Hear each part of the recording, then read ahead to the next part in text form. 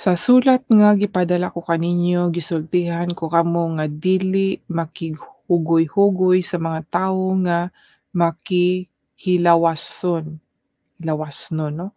Ang gipasabot ko dili ang mga kalibutanon nga nagbuhat og malaw-ay o mga hakog o malapason sa balaod o nagsimba sa mga diyos-diyos kay kay kinahanglan man gayud nga sa hingpit mogawas kamo sa kalibutan aron paglikay kanila. Ang buot kong ipasabot mao nga dili kamo makighugoy-hugoy sa usa ka tawo nga nag-angkon nga siya Kristohanon apan makihilawason o hakog o nagsimba sa mga diyos-diyos o tigbutang-butang o palahubog o kawatan likayi bisan ang pagpakigsalo sa maong tawo. Mao na siya mga kaibigan. Hinuon dili ko katungdanan ang paghukom sa mga tagagawas. Ang Diyos mao'y maghukom kanila. Apan dili ba angay ninyong hukman ang inyong kaugalingong mga sayop? Sorry, mga sakop? Sumala sa giingon sa kasulatan, papahawaa sa inyong pundok ang tawo nga dautan.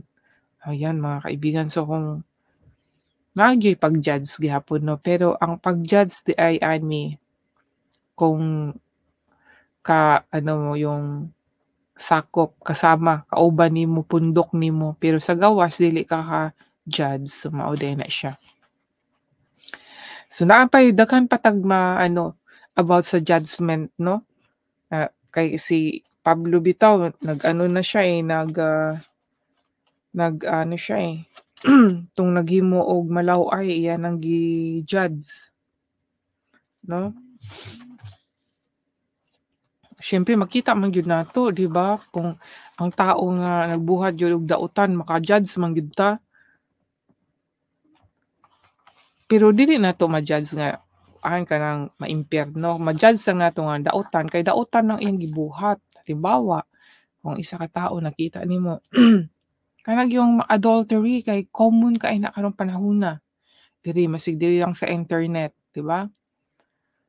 Naay asawa pero yan nakipag-chat ng ibang mga ano, adultery pa rin yan mga kaibigan kay ang pagtan-aw pa lang sa isa ka tao, sa babae o sa lalaki nga naay pagnanasa, commit adultery na, eh.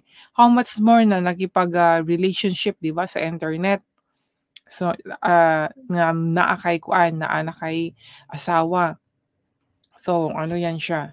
Kaya pwede ma-judge nato na nga daotang ka adultery ang tawag sa kanya, yun yung judge doon.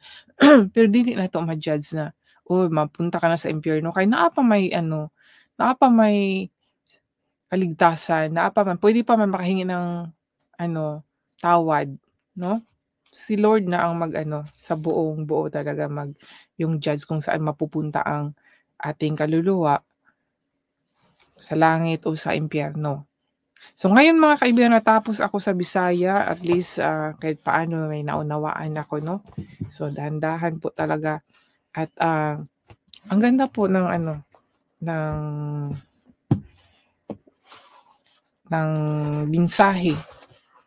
Gano'n pala 'yun at least na ano, nag nag-flash plus, nadagdagan po yung kaalaman ko tungkol po sa 1 Corinthians chapter 1 to 5 po.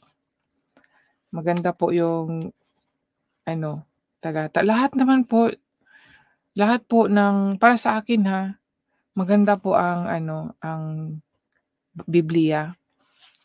Lalo 'pag naunawaan natin, masasabi talaga natin na, ay powerful. 'Di ba sabi nga ni Pablo, hindi ko pa nabasa itong sa English siguro nakalimutan ko lang na, pero sa sarili ko talaga, hala grabe daghan man daig kanang kuan, kanang nakatago ba nga word ba nga wala na ko nadungog.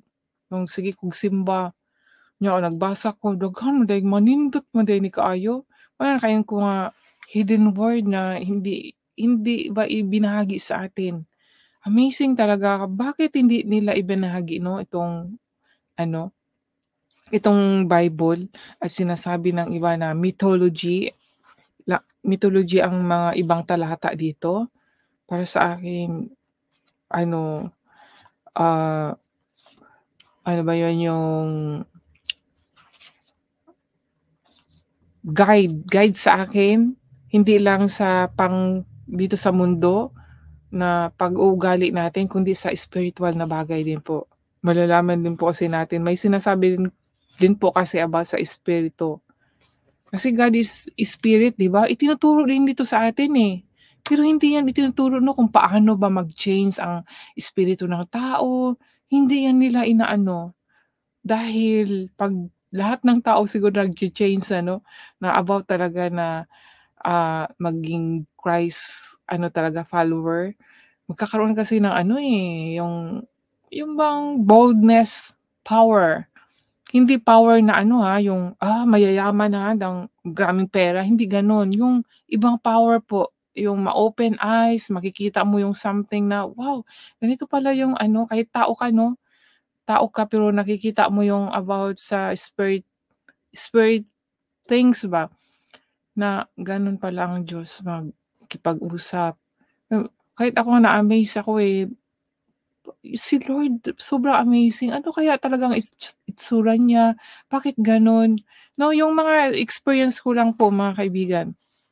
Basta na-amaze po ako kasi basta nasasabi ko na yung gumagamit ng mga tao ba minsan sa tao ko kasi na ano yung presensya ng Diyos, kaya doon ko talaga napupuri na, "Wow Lord, you are so amazing talaga."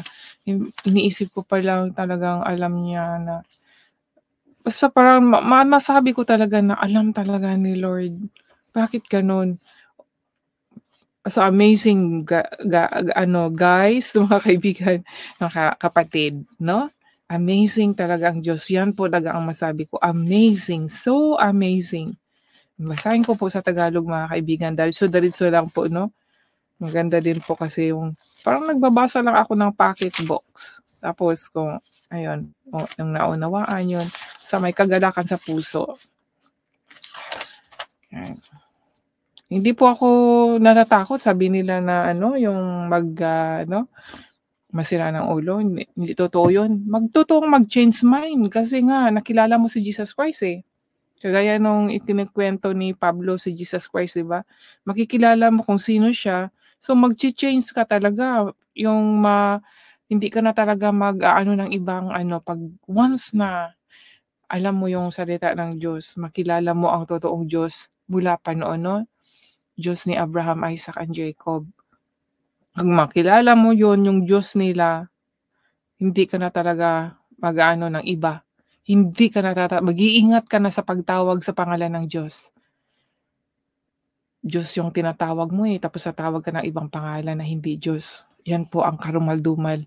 Siyempre kung ako ba naman, may kailangan ka kay sa akin o Jayco 'di ba or Connie, tapos pupunta ka sa'kin ibang pangalan ang babanggitin mo, siyempre magtatampo ka 'di ba? Gano'n ang isipin mo na lang sa sarili mo kung ikaw, ta's inuutusan ka, "Punta ka do'n kay Jaycon," tapos ang pagtawag ibang pangalan.